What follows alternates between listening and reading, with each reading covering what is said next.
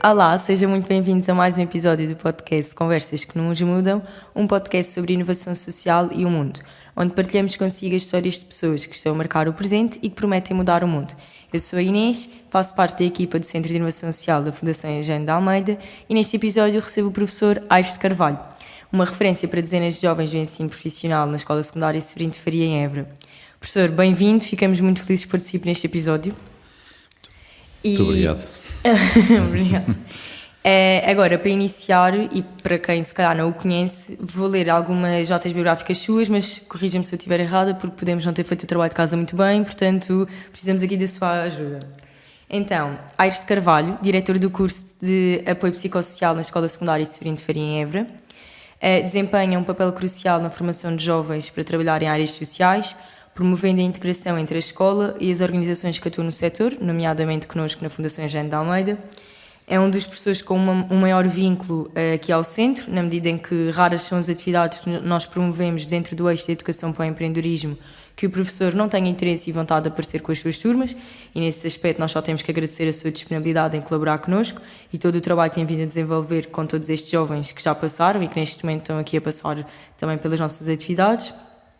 Recentemente esteve envolvido na organização do Dia das Comunidades de Apoio Psicossocial, um evento que reuniu diversos parceiros para discutir a formação e as necessidades das organizações sociais e, para além do docente, criou e preside a Associação para o Desenvolvimento Comunitário, Cultural e Educativo, que integra o Centro Unesco da Aldeia das Ciências.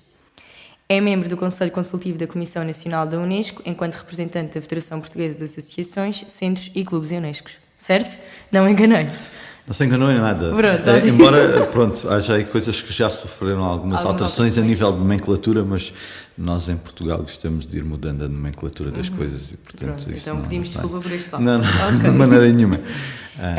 Para além disto, e aqui, enquanto professor que trabalha connosco muito nas nossas atividades, integra no seu currículo as suas disciplinas, desde há uns anos para cá, o nosso programa de empreendedorismo social nas escolas e o nosso programa de comunicação e liderança nas escolas, da qual este ano também ambas as suas turmas já participaram e no programa de empreendedorismo estão ainda a participar.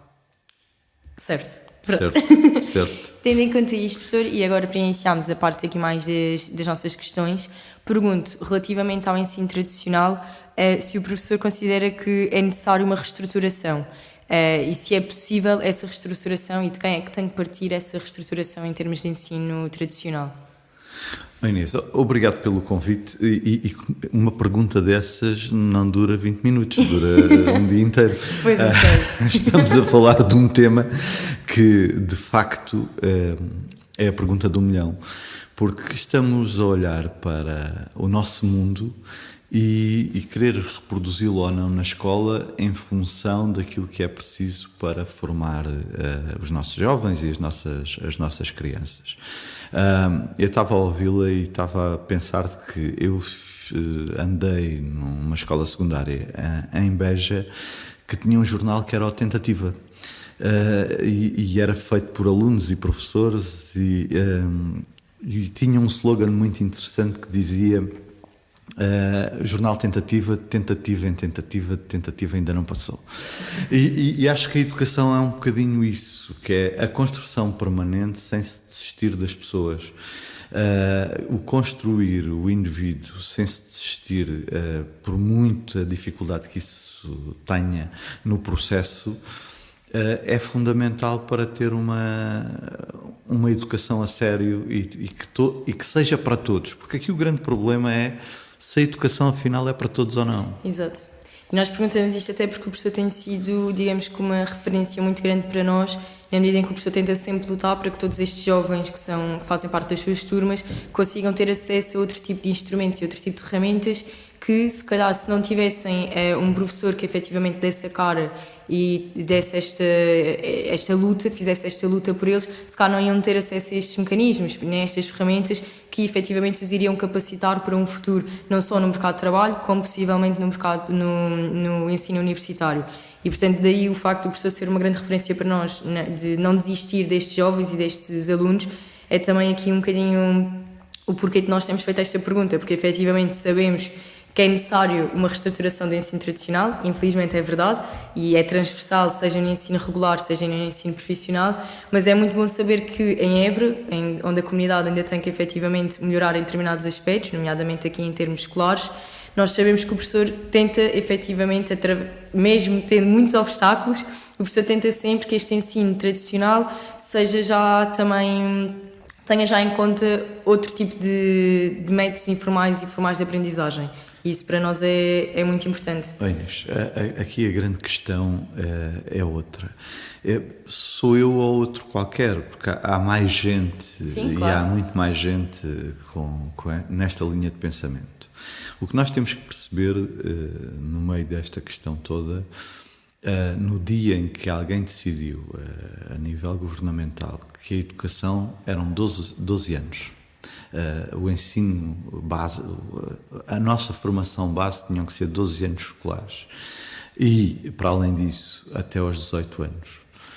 Nós vamos acomodar nesse processo um conjunto de pessoas a quem a escola não diz rigorosamente nada.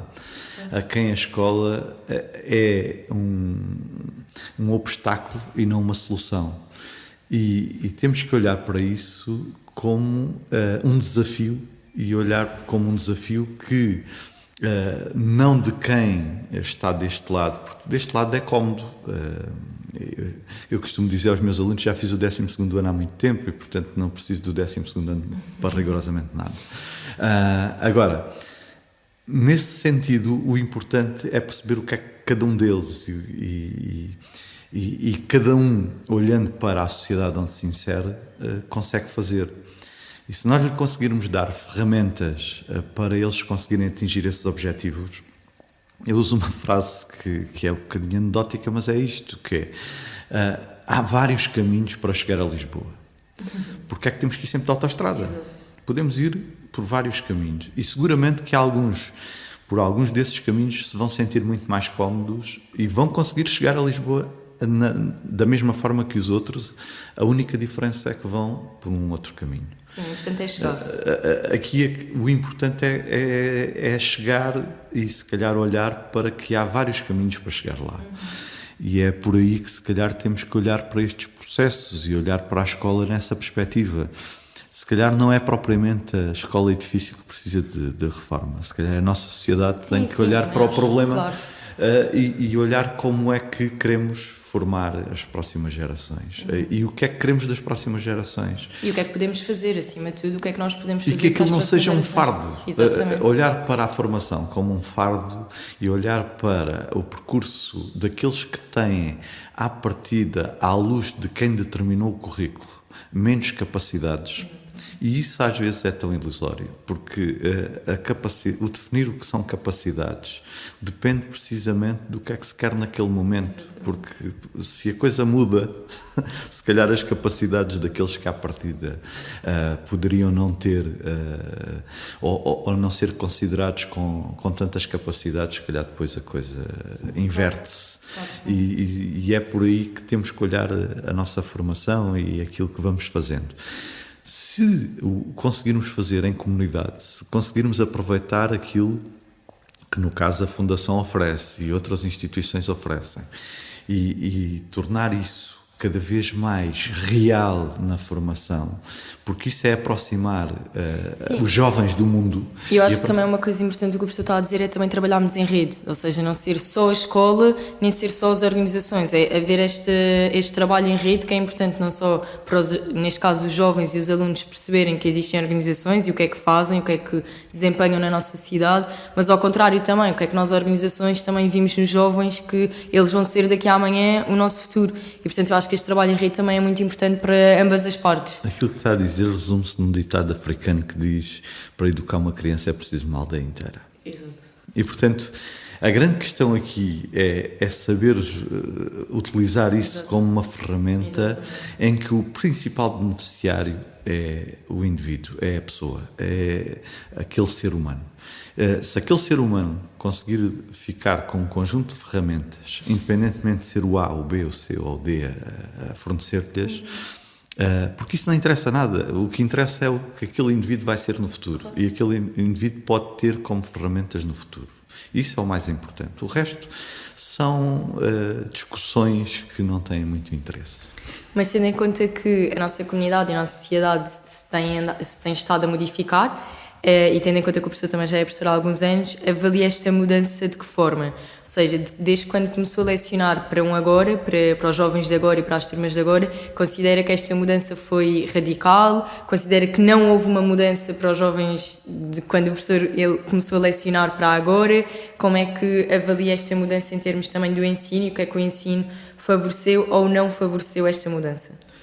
Eu levo 30 anos de estrada, mas eu comecei a trabalhar e a fazer coisas em associações desde os 11 anos de idade, portanto já levo aqui... Ainda era uma criança. Já levo aqui uma mochila grande às costas em relação a várias coisas. E eu não sou propriamente um exemplo tradicional, porque eu já trabalhei em educação de adultos e já fiz um conjunto de percursos que não têm só a ver com jovens. Mas há uma coisa que eu, ao longo deste tempo, se aprendi, tem um bocadinho a ver com aquela frase que está inscrita na Carta da Terra, que diz que nós vivemos todos num condomínio e somos todos responsáveis uns pelos outros e temos que aprender de alguma forma a preservar aquilo que é nosso. E isto o que é que tem a ver com essa questão que me estava a colocar? Tem tudo, porque é assim, não importa se estamos a trabalhar com jovens, com quem é que estamos a trabalhar, mas e apresentam-me como eu, sendo diretor, eu não estou diretor de um curso de apoio psicossocial, e hoje, cada vez mais, o grande problema é nós aprendermos a estar e a lidar com os outros e a cuidar dos outros. Aqui a grande questão é o cuidar dos outros. E no processo de educação nós deixámos de cuidar dos outros, fomos abandonando esse lado de cuidar dos outros, primeiro porque os avós deixaram de estar com os netos, porque eram os primeiros educadores no processo de educação. Eu ainda sou do tempo, parece que sou muito velho, mas se calhar não sou, mas ainda sou do tempo em que havia avós a cuidar dos netos e era o primeiro educador eram os avós, porque os pais iam trabalhar. E isso foi-se perdendo, por variadíssimas vicissitudes da sociedade, foi-se perdendo. E nesse contexto temos hoje uma sociedade em que as pessoas não cuidam umas das outras. Basta ver as notícias, e não só as notícias, basta ir aos locais e ver aquilo que acontece com os nossos idosos, com os nossos velhos, e a forma como nós estamos a lidar com isso, esquecendo-nos que vamos a caminho disso e que vamos cada vez mais ser vítimas, todos também, nós, exatamente, desse processo. E, portanto, o que estamos a falar é de olhar para a sociedade e ver como é que a podemos transformar até no cuidado do outro. E isto não está dissociado da questão dos afetos. Nós cada vez mais começámos a cortávamos em tudo, economicamente em várias coisas, e depois começámos também a achar que se calhar se cortássemos nos afetos a coisa também funcionava. E se calhar é o primeiro erro em que começámos a cometer, foi cortar nos afetos. E as pessoas hoje parece que têm vergonha de demonstrar afeto por outros. Porque, e isso sente-se nos mais jovens? E isso sente-se também nos mais jovens. Sente isso nas turmas, então? Sente-se. Okay. Sente-se muito. E hoje vive-se do medo, vive-se do medo do toque, do medo de não sei o quê, e começou-se a perder completamente o lado do gostar do outro, do conseguir ajudar o outro e de conseguir que o outro consiga alcançar objetivos com a minha ajuda do cada um. Nós aqui dentro do Centro de Animação Social, e o professor sabe, temos também, tentamos desempenhar este papel de cuidar também da nossa comunidade e da nossa sociedade, e nomeadamente aqui nos jovens e na educação para o empreendedorismo. E pegando aqui um bocadinho agora no nosso programa de empreendedorismo social nas escolas, que o professor já faz connosco há alguns anos, considera que, tendo em conta os primeiros anos para agora, os alunos se sentem mais motivados, pelo contrário, não se sentem tão motivados, estão mais entusiasmados ao participar neste programa. Como é que considera que o entusiasmo deles se tem modificado? Pela positiva, ou acha que... É um processo. Os meus alunos riem-se quando eu digo que tudo o que é aprendizagem é um processo. Okay. Porque A educação é isso. Nós não educamos ninguém de um dia para o outro. Claro, E cada um de nós, nas aprendizagens, não faz aprendizagens de um dia para o outro. Eu ensino o que eu quiser, cada um aprende o que quer. Porque esta é a nossa sempre foi a filosofia. Cada um na escola sabe isso. Podem-nos estar ali 10 horas a falar e nós só ouvimos aquilo que queremos. E isso é o processo. No caso do empreendedorismo social, o que vem aqui acrescentar e o que vem aqui criar é o entusiasmo, é o criar a dúvida, é a descoberta por coisas que às vezes nunca se lhe puseram. Exatamente. E, portanto, o ver os problemas que, na maior parte dos casos, até conhecem, mas de uma forma construtiva, no sentido de eu posso fazer parte desta construção, eu posso ser um construtor de soluções para problemas que eu até conheço. Mas que nunca tinham pensado nisso, eu acho que é um bocadinho isso. Muitas das vezes passo ao lado porque alguns vivenciam até in loco os problemas. Alguns fazem parte desses turbilhões. E os turbilhões às vezes são tão grandes que eles usam mochilas muito pesadas às costas. Estou a dizer isto porque, pronto, como o professor sabe, eu agora faço parte também da equipa que está a dinamizar o programa e nós sentimos um bocadinho isso, sentimos que eles até sabem os problemas que nós estamos a falar e que estamos a mostrar, que eles estão bastante familiarizados com conceitos, etc. Porque lá está, se cá vivem muitos daqueles problemas dentro do seu contexto pessoal, mas que nunca olharam se cá com aqueles olhos de eu posso tentar ajudar, eu posso tentar solucionar, eu posso tentar minimizar este problema. E acho que depois aí há uma grande, pelo menos é o que nós temos estado a sentir enquanto equipa, é que depois há uma grande reviravolta nos próprios, porque eles ao início sabem do problema, mas agora o entusiasmo é outro, efetivamente há este problema, eu já sabia que havia este problema, mas agora eu estou entusiasmado porque eu agora vou tentar ajudar, eu agora vou tentar ter esta ideia que vai ajudar a e B e C. E nós sentimos um bocadinho este entusiasmo do outro lado e é bom ver isso. E quando se fala de empreendedorismo social, às vezes fala-se só de ter a ideia e de apresentar ideias e depois então partir para o terreno. E eles não, eles gostavam muito era de ir logo para o terreno, experimentar, ver se a ideia funciona, se aquilo está a funcionar ou não. E isso é muito importante, porque isso é o adubo que vai dando a forma e que vai formatando todo este processo. Porque no fundo, e o professor sabe, este programa desenvolve competências muito úteis para todos, que se calhar ao início eles não percebem a importância deste programa e das competências que vão ter ou não ter no final do programa, mas que depois no final, ou daqui a amanhã, quando já nem sequer fizerem parte deste programa, é que vão se calhar olhar para trás e pensar, olha, falámos disto, dissemos isto, lembro-me daquilo, e acho que isso é muito, muito importante, esta parte também da comunicação, do ligar-se aos outros, pensar na comunidade, acho que isso também são competências que eles vão ganhando e vão perceber a importância também real. Nós temos um processo de 3 anos, de construção de 3 anos, e eles ao fim têm que apresentar uma prova de aptidão profissional. E o primeiro grupo que usufruiu na totalidade dos programas da Fundação e que foi aproveitando os vários programas da Fundação, quando chegou àquela prova final, percebeu-se que tinha tido um crescimento muito maior que aqueles que não tiveram a oportunidade de passar por isso. Melhoraram na comunicação, melhoraram nas ideias, melhoraram na capacidade de arranjar soluções para os problemas e depois da forma como os apresentaram. E isso tem a ver com um treino. Nós, se não treinarmos, nós dizemos, o Ronaldo era ou é discutível, mas era o melhor jogador do mundo e tal, porquê? Mas ele todos os dias ia aos treinos e treinava muitas horas. E há muito disto que implica treino. E estes programas também ajudam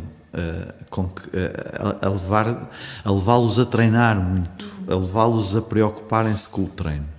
Porque sem treino podem saber muitas coisas, mas depois aplicá-las é mais difícil. E isso ajuda-os a melhorar muito as suas competências.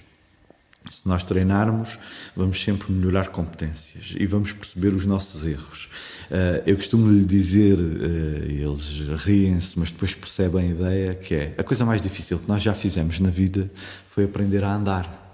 Porque é uma coisa terrível, é uma coisa de... Estamos para cair. Não, e não é só isso. Nós nascemos quadrúpedes, quer queiramos, quer não, nascemos quadrúpedes, começamos a rastejar, começamos a andar.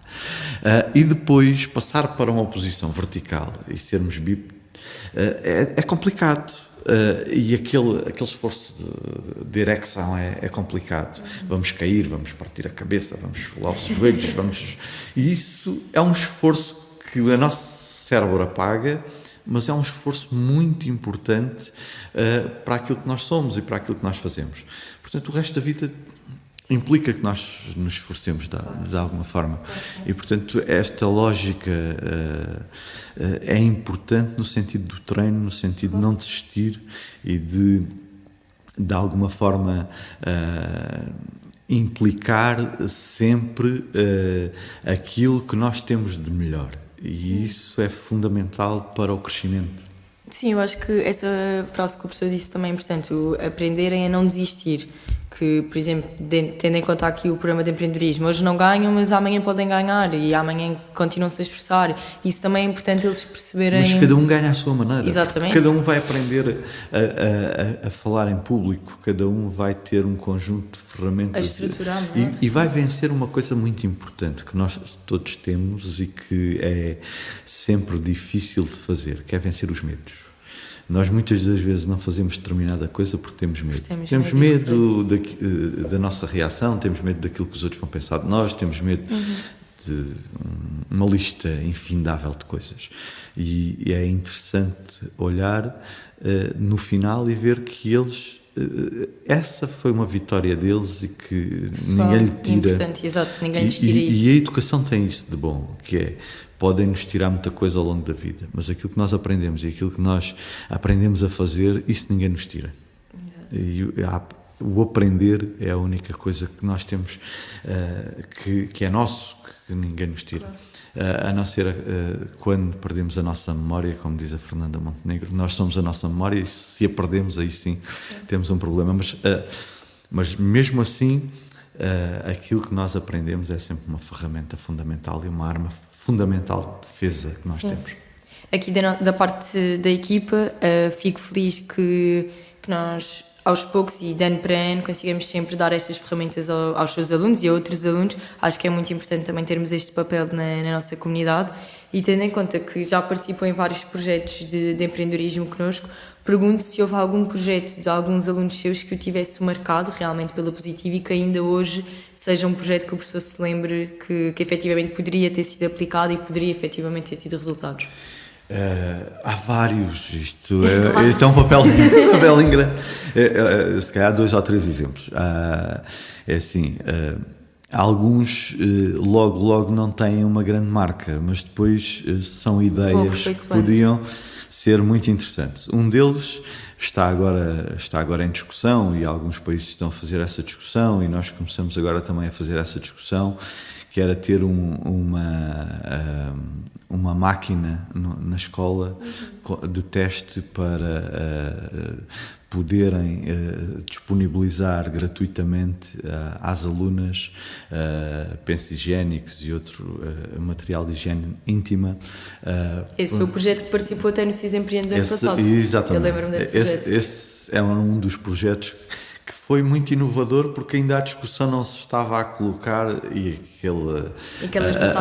aquela gente já estava a pensar nisso. Mas depois, por exemplo, há um projeto de voluntariado que foi desenvolvido por outra aluna e que depois teve um impacto muito grande porque inicialmente aquilo nem sequer era bem um projeto de inovação social. Se a gente pode discutir isso assim, o que é... Sim, não é assim tão linear. Não, pode não ser tão linear. O que é certo é que aquilo movimentou de tal maneira o interior da escola que uma coisa que nem sequer existia, que era um grupo de voluntários alunos que normalmente eram forçados a fazer alguma coisa a nível de voluntariado porque era uma chatice, neste momento conta com mais de 100 alunos a participarem porque querem, e porque perceberam a ideia de que é fundamental estar presente nos processos. E isso é que é um bocadinho também a inovação social, que é aqui a questão da educação de pares é fundamental. E isso estes programas trazem. Este programa, uma das virtudes que tem é precisamente essa, os próprios jovens porem-se ao lado uns dos outros a tentar ajudar e a tentar ajudarem-se uns aos outros, sim, de uma forma colaborativa e a construir as ideias. E esse é um bom exemplo disso, independentemente de se poder discutir aqui ou ali se cumpre ou não, mas o não cumprir ou cumprir é pouco relevante para depois a matéria final, porque na matéria final depois o que fica é, de facto, aquilo mexeu com as pessoas e aquilo mexeu com os jovens. Isso é importante. E hoje isso é muito difícil. Os jovens hoje, para serem envolvidos e se deixarem envolver, é complicado. Tenho a certeza que, pronto, já houve então vários projetos que o professor se lembre, e tenho a certeza que este ano vão haver muitos outros projetos incríveis, tenho a certeza disso, também sou um bocadinho suspeita, mas tenho a certeza que sim. Vamos ver o que é que eles conseguem este ano. Não, eles têm a certeza que os projetos vão estar incríveis, que nós nas últimas sessões já temos tido assim as ideias deles e... Eles pela primeira vez quiseram começar a trabalhar antes de... começaram a construir ideias antes de, para tentar depois aplicá-las e para tentar depois misturar. É bom sinal também, o entusiasmo deles também é bom de se ver. Professor, para finalizar, porque já não temos muito tempo e para fecharmos aqui também com chave de ouro, como temos feito com todos os nossos convidados, pergunto como última questão, e aqui já não se calhar tanto a ver com a parte escolar, mas sim, qual é o seu maior sonho? Jesus. É assim a nossa pergunta final para todos, portanto não há respostas certas nem erradas. Pois, eu sei, e sei que é uma pergunta difícil, porque depende do que é que estamos a falar, mas eu acho que um dos sonhos que tenho e que gostava que se realizasse é, de facto, que cada jovem tivesse a oportunidade de fazer o seu caminho e ter a oportunidade de construir o seu percurso sem a interferência daquilo que, usando a sua frase, do que está certo e o que está errado. Porque se nós, enquanto jovens, não experimentarmos, não conseguirmos, de alguma forma, aprender a construir o nosso percurso, isso vai nos levar a adultos com poucas capacidades de resiliência, com poucas capacidades de decidir pela sua própria cabeça. E eu acho que estamos a precisar de um mundo com pessoas que decidam pela sua própria cabeça. E para isso precisam de oportunidades. E para isso precisam de oportunidades, para isso precisam de experimentar, para isso precisam de errar. O erro faz parte da construção do caminho. Não há construção e aprendizagens sem erro. O erro faz parte. E o erro é um bom indício de recomeço, porque ajuda-nos a perceber onde é que estamos a falhar, e depois essa leitura pode ser muito importante para aquilo que vamos fazer. O sonho é que a educação seja de facto o centro da formação das pessoas e que essa oportunidade para todos seja efetivamente para todos. Exato. Porque a grande questão aqui é que nós, na teoria e nas leis, somos muito bons, mas depois a prática já não é bem assim. E eu espero, honestamente, que isso se torne de facto real, porque isso tornar-se-ia numa ferramenta muito importante para uma sociedade melhor. Exato. Esperemos então que aconteça, que a educação seja mais prioritária para todos nós. Professor, resta-nos agradecer, foi um prazer e esperamos continuar a vê-lo com essa energia e vontade de mostrar aos jovens novas oportunidades e novos caminhos possíveis, também aqui com a ajuda do empreendedorismo social. Agradecer também a quem está a ouvir e levantar já a ponta do véu para o próximo episódio, que também será com uma pessoa muito dinâmica e inspiradora, e por isso não o percam, e obrigada. Muito obrigado. Esta iniciativa é cofinanciada pelo Fundo Europeu de Desenvolvimento Regional, FEDER, Programa Interreg 6A, Espanha-Portugal, no âmbito do projeto EVS Impact.